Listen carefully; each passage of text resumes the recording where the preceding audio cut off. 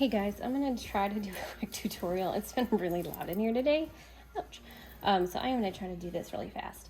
So this is my cover stitch machine, and I've got two big overlocked, this is called Maxi Lock, spools that you can get. They're cones that you can get at Joann's for like $2 or $3.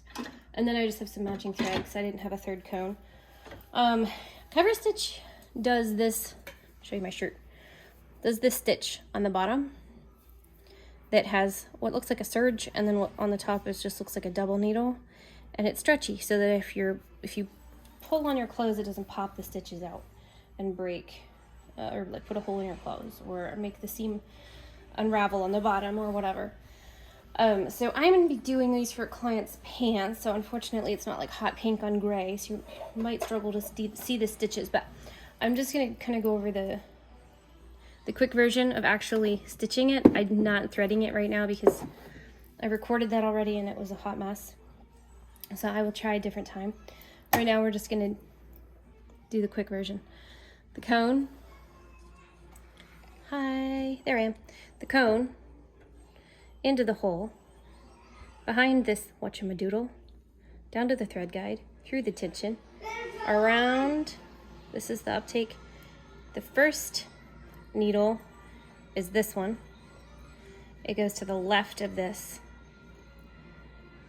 and it threads behind here, and then it threads into the needle by hand with your eyeballs, which is really tricky. The second one I don't use, but it's the same idea. Down here, around, and then you follow this red line that matches the red wheel tension disc. The red line goes down on this side of it, but then when you come over here, you're threading it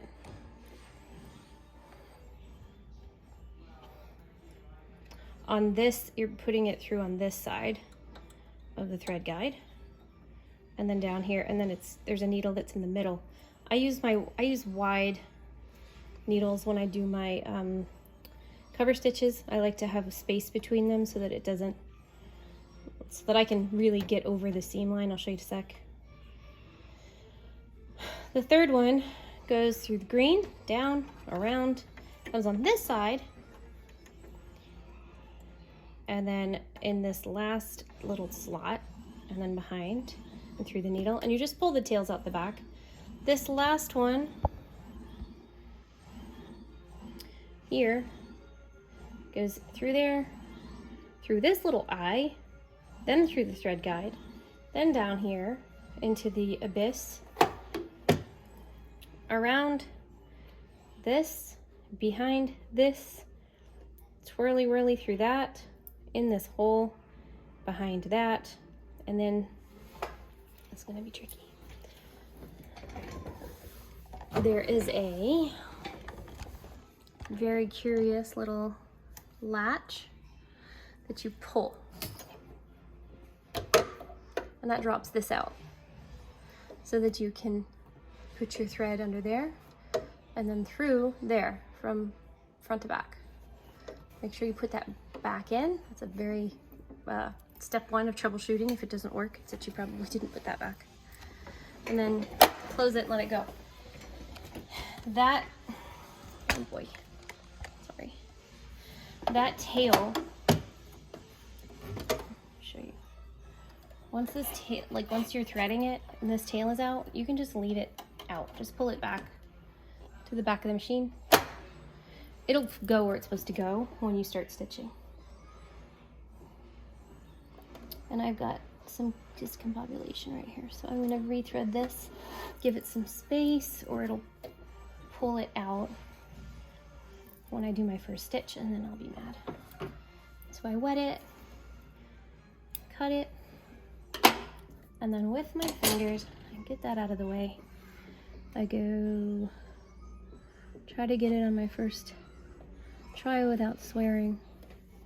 Nope. Today's not the day. Come on, baby. You can use a thread needle threader, but I don't know where mine is right now. If I was just doing this on my own, it'd be fine, but I'm trying to record it and it's gonna be complicated. Okay, and then that goes to the back. And then this one, I can see it's coming down on the left side right here. So that one is gonna go on my left needle. It's a little fuzzy.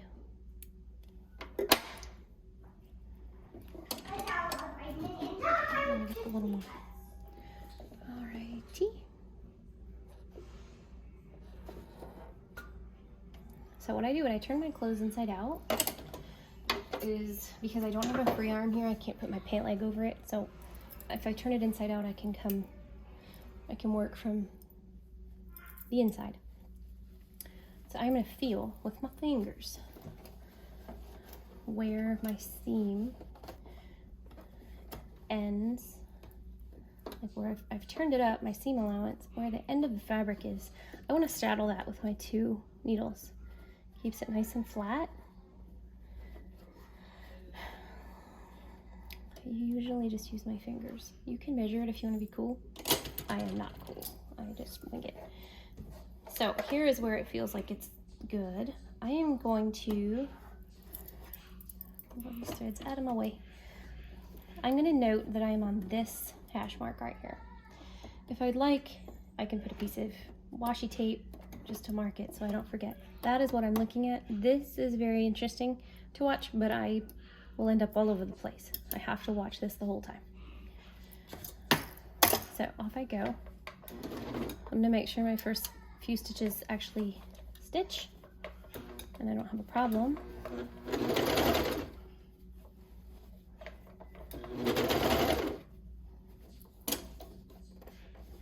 They're not stitching, so I'm glad I checked that. Alright, sometimes these tails are just a little weird.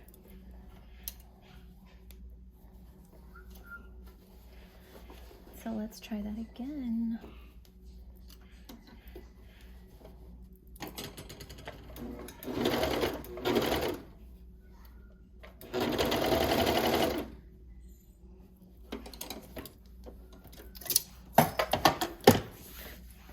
Hey guys, it wasn't working.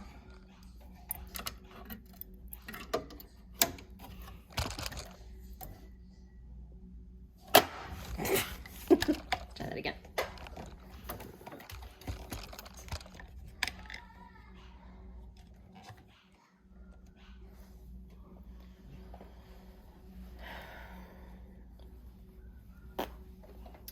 Takes patience to sew.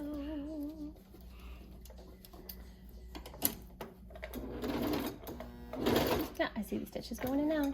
So now I'm going to look right here. That was loud.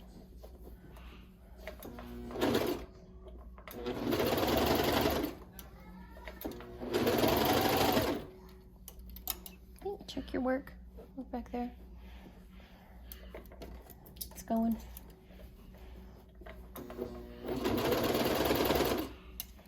Watching here, not there.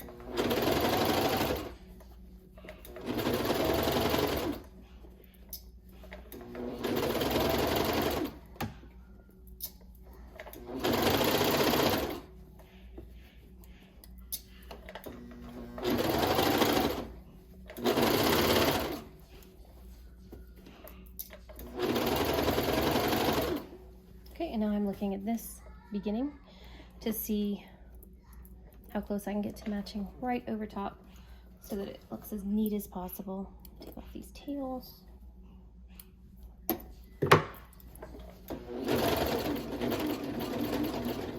And I go all the way to the seam, up and down. Okay, get this at the highest point. Get me something sharp. And I'm going to pull the tension, yank out the clothes. Sometimes it gets caught, so you have to do your hand wheel a little bit. There we go. Now pull this bottom thread, and that makes it tight. Loosen that a little bit. I got a little poke in on that.